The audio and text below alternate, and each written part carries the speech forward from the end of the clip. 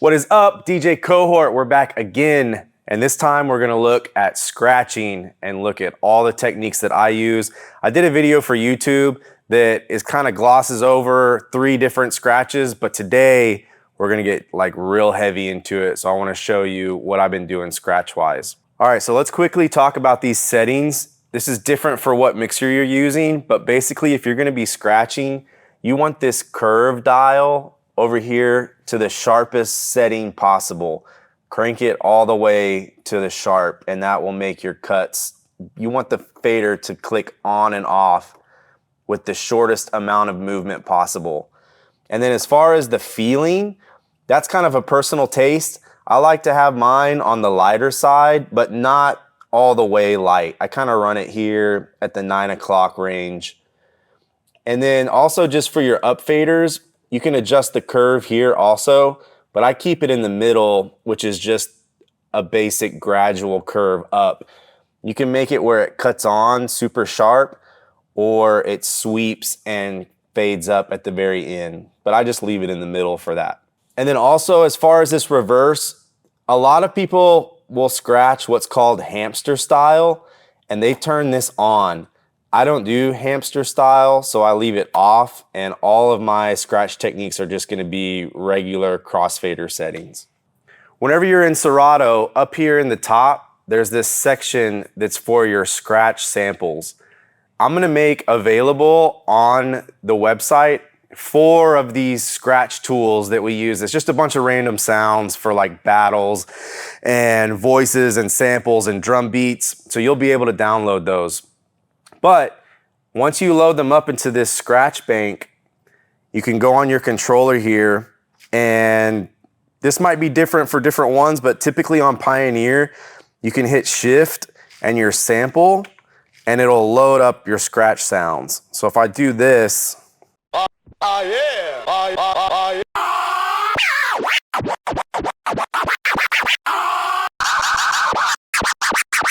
so that's a quick way to get into your scratch bank. If you want to do some cuts, is just use Shift and the sampler button. But then if you do that, remember to go back to Hot-Q, because if you load a song to mix on the other side, you're gonna forget and load up scratch samples, so that's not good. All right, so real quick, I just wanna touch on signal flow of the mixer and how to set it to where your scratching will sound good. So everybody knows your sound is coming out of the laptop and coming into the top. And I want you to kind of think of it as water flowing through this way. So you have your trim or your gain knobs, and that's the first barrier for the sound coming in. So it hits this first, and then you're coming down. You got your up faders, which controls it next. Your EQ, which is, it basically goes gain, EQ, and then up faders, and then the crossfader is the last thing, and then it goes all the way to the master level. Anytime you're making adjustments for the overall room, as far as volume, you want to use your master up top. I always keep these trims to where you're just hitting below the red. You don't want to see red ever, but I'm cool with doing full yellow most of the time. And then you adjust your master for the overall room. And then whenever you're doing scratching, a common technique is to cut your bass EQ all the way low, because sometimes if you're doing a vocal or some kind of sample, it might have this low end that muddies up the mix, and it'll just clean it up if you cut all your bass out for the scratching section, and then you can turn it back up once you let the record play. So typically, whenever you're mixing songs together, if you're at a wedding or an event, you're not gonna be doing a lot of scratching. You don't want a lot of people to notice your mixing. You kind of want it to be seamless transitions. But if you're in an environment where people are watching you and you want people to notice your scratching, that's when I would use these scratch samples. So you go to your scratch bank. This is like a pretty aggressive sound. Oh yeah! You know? So typically if you're mixing, I would just scratch with elements of the song that you're mixing out of. If you can find a little snare drum or a vocal. These sounds that I have here are more for practicing. They're for battle DJs and It's way too much sound in a normal DJ set. But if you're practicing at home, you can use these sounds and it gives you a very clear picture of what your scratches sound like. So I want to take a look at the record. You'll notice that pretty much every DJ controller, there'll be a line that comes out here, and you use that to basically read the record like a clock. And DJs from the beginning of time used to put stickers and different markings on their records, and you want to read it like a clock. So if I go to my scratch samples, I know that every time this sound is going to start right here at like 1 o'clock. So I'm reading it like a clock, and the beginning of the sound is always right there. So no matter how much I spin around, do all this, it comes back, it's always at 1 o'clock. And that's helpful because most of the scratches you're doing, you're using the very tip of the front of the sound. So we'll get into like the first scratch that I want to work on is called a baby scratch. It's the most simple, basic scratch you'll ever do, but it focuses on using the very tip of the sound. So you want to be able to look at your record and know where that sound begins. So I'm looking here, 1 o'clock, and then a baby is just pushing the record back and forth. But you see, I'm only using that very tip of the sound at the beginning. So I would spend like an hour of your day just getting familiar with looking at this marker and finding the very first tip of the sound. And this will change if you hit your cue points. So if you wanted to, let's say you want to have it here at 6 o'clock and you can hit your cue, it'll load up the sound right here at 6. So practice baby scratches and get that down. That's the very most beginner scratch you can do. All right, the next scratch I want to talk about is stabs. And this is good for just letting a sound play and then you cut it off and you pull the record back, but you don't want to hear that backwards record part. So let me show you what it looks like. So you have your sound right here at 6 o'clock. That's what I'm looking at. We're starting with the fader closed. And then as soon as I let the record go, I'm opening the fader so you hear the sound. And then when you stop the record, you close the fader for the back pull. So once again, as soon as I let go of the record, I'm opening. Stop it, close the fader, pull back.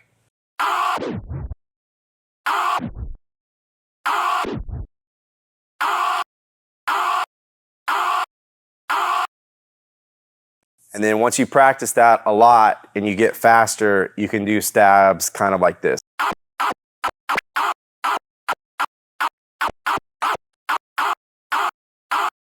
So the main thing with the stab is you don't want to hear that backwards record pull. All right, now I'm going to show you how to use stabs over a beat.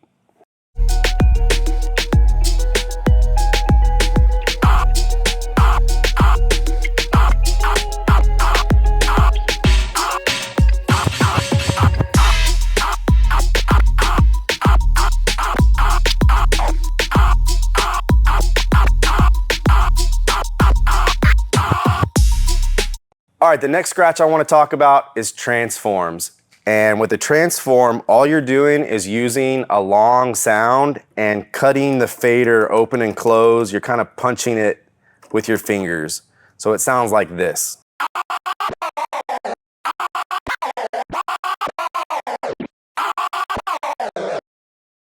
So again, you're starting here. You know the sound is starting at 6 o'clock.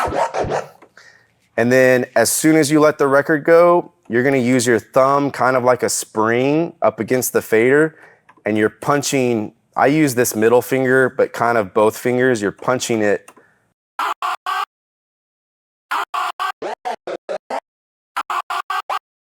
And whenever you're learning and practicing this, don't even worry about timing or speed. Just get comfortable with this feeling of punching the fader open and clicking it against this backstop. So typically on all your scratches, you want to use the shortest movement possible on the crossfader. that's gonna save energy in your fingers and arms, is if you just barely tap it, and it's gonna increase your speed also. So you have your sound over here, and you're just gonna tap. And then you can also do the taps when you pull the record back. All right, so now I'm gonna load up a beat, an instrumental, and show you what the transform sounds like over an actual beat.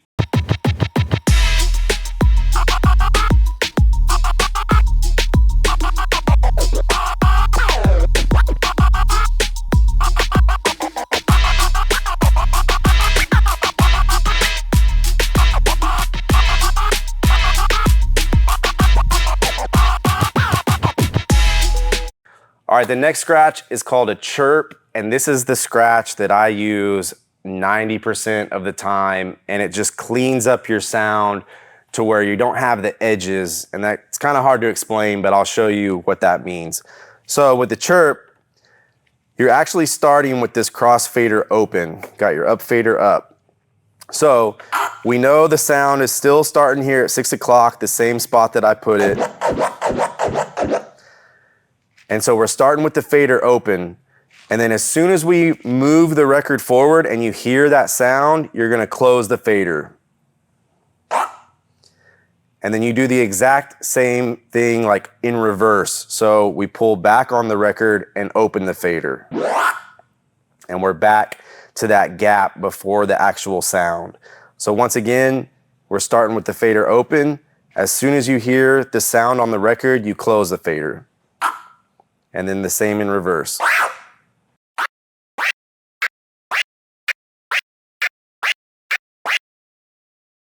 And this is what I said in that YouTube video, but you're kind of moving your hands in opposite directions when you do this. So the record goes forward and you're closing the fader, you pull the record back, you open the fader.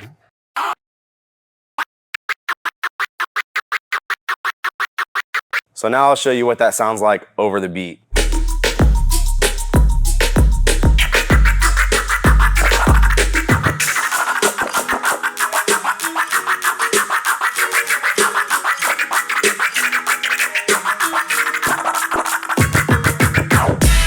The next scratch we're going to talk about is called a tear. And it's called a tear because you're making a gap in the sound without using the crossfader. So this is a faderless scratch. You're only using your record hand. So what you do is, record's playing, you're going to push the record forward, and then when you pull it back, you make a little gap. So you hear it's actually 3 sounds. You have 1, 2, 3. 1, 2, 3.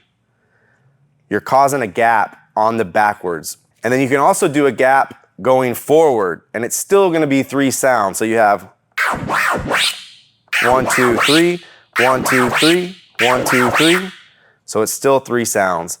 Then you can do a gap going forward and backwards. It's gonna make 4 sounds, and technically this is called a clover scratch or a clover tear, because a 4-leaf clover has 4 sounds. I'm getting into like nerdy DJ history, but you do 2 forward and then 2 back. That's a clover tear. Mostly all I ever use is 1 forward and 2 back, and it creates like a triplet sound. So, and the way I do it is I'll actually let the record go and then grab it and do the 2 back. So you're letting the record go completely, and then you grab it once the marker gets about here, and you do 2 on the back pull.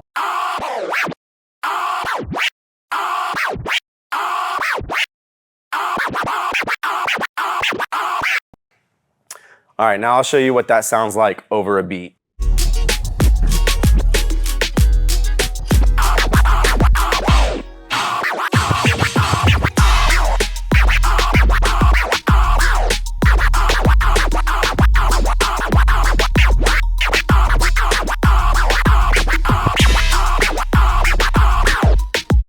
All right, once you practice your chirps and you got your tears down, you can actually put them together and do a chirp tear. I'm gonna show you that.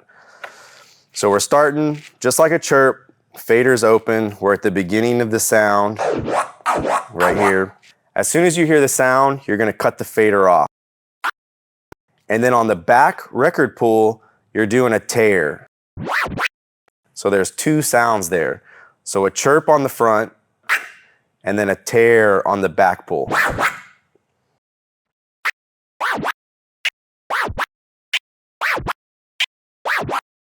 And then when you speed it up, it's gonna sound like this.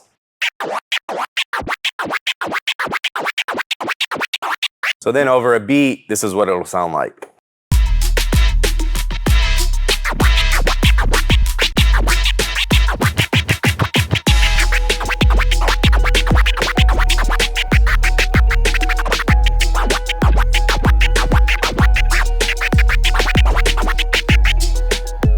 All right, up next, this is a very popular scratch and it's kind of difficult. You gotta sit there and work on your finger dexterity, but it's called a crab scratch. I don't use this one out very much unless I'm trying to show off to people and I'm scratching on purpose, like whether it's some kind of DJ showcase or a battle, but it's good to know this one. And the way I learned it is I was actually sick laying on the couch when I was a kid, and I would lay there and just snap my fingers together because it's not a very natural movement, but you're wanting to basically click all four of your fingers like you're snapping. That's the movement that you're doing. You're hitting your thumb with all four fingers. And then when you come down to the fader, you're gonna be hitting the fader with all four fingers like that. And that's called a crab scratch. So with the sound, you end up with this. So each time your finger hits the crossfader, you're very briefly opening it and cutting the sound on.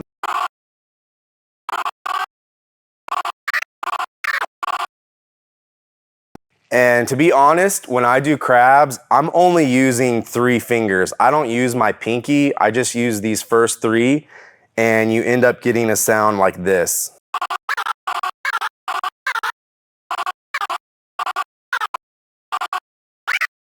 So once again, it's kind of a triplet sound, and it starts to sound like a flare or an orbit scratch, but I only use the 3 fingers.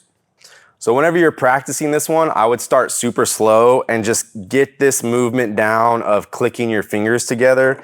And you don't even have to use the record. You can just sit here and do this for hours every day until you get this movement, and then it'll sound correct.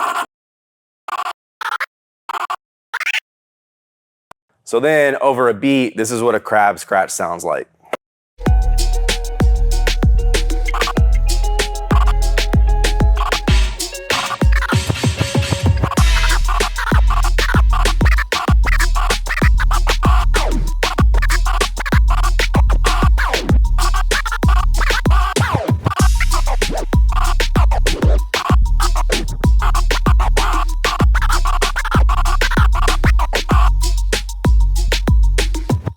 A few transforms in there too. Show off. Oh, we're getting started, bro.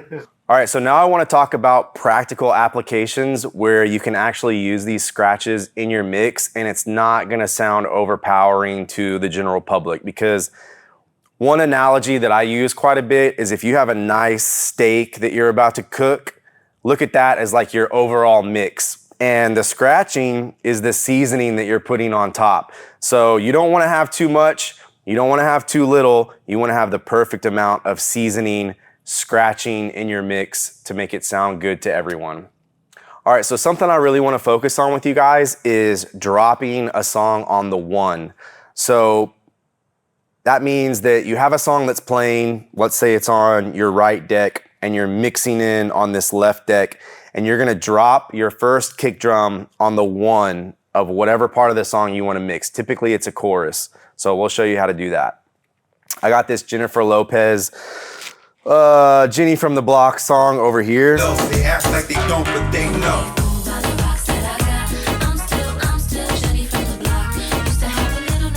And then I'm mixing in Return of the Mac. So I got it on the first kick drum, about to go in, and I'm just gonna use a stab to drop it.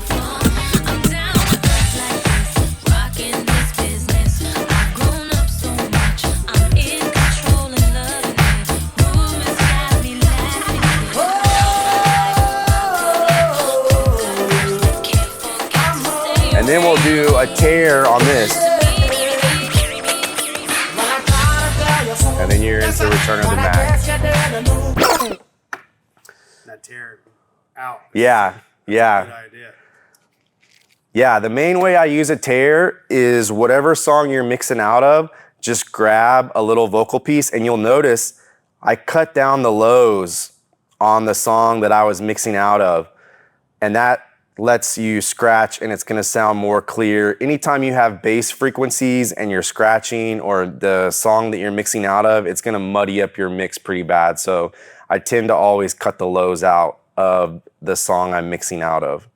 All right, here's a good sample of a song that you have something at the beginning that you can scratch a little bit of, and then it drops into the actual beat. So this is Disco Inferno by 50 Cent.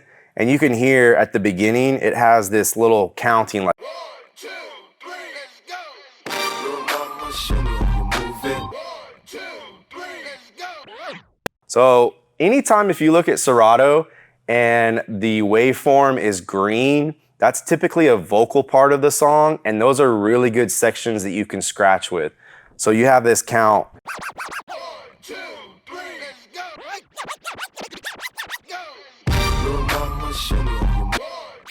So let's say you got Return of the Mac still playing over here.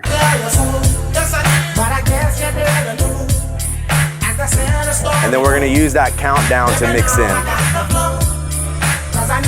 And I actually bump up the mid-range EQ on this because the vocals, I want it to punch through a little bit.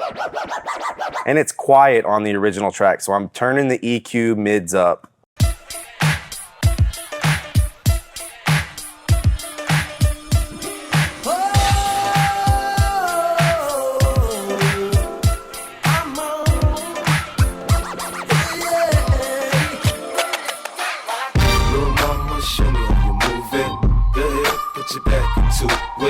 All right, so I'm gonna show you how to use a tear on your outro track to fade down and go into your next transition.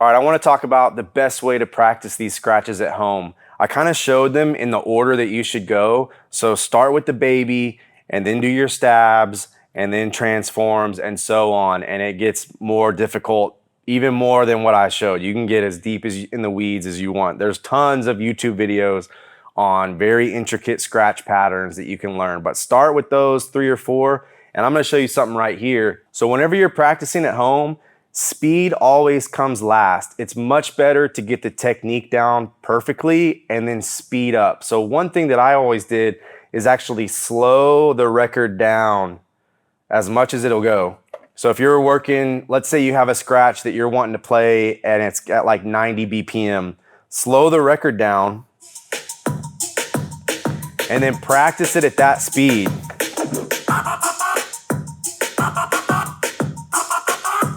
And then once you get comfortable with that, speed the record up a little bit. And then practice some more.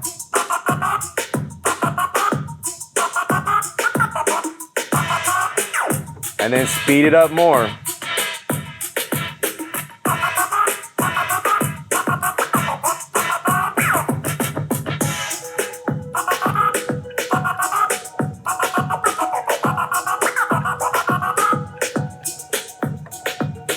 And then when you have it down for that BPM, jump up to a song that's like 99 and do the same thing. Slow it down, and then slowly, as you're practicing, speed the record up.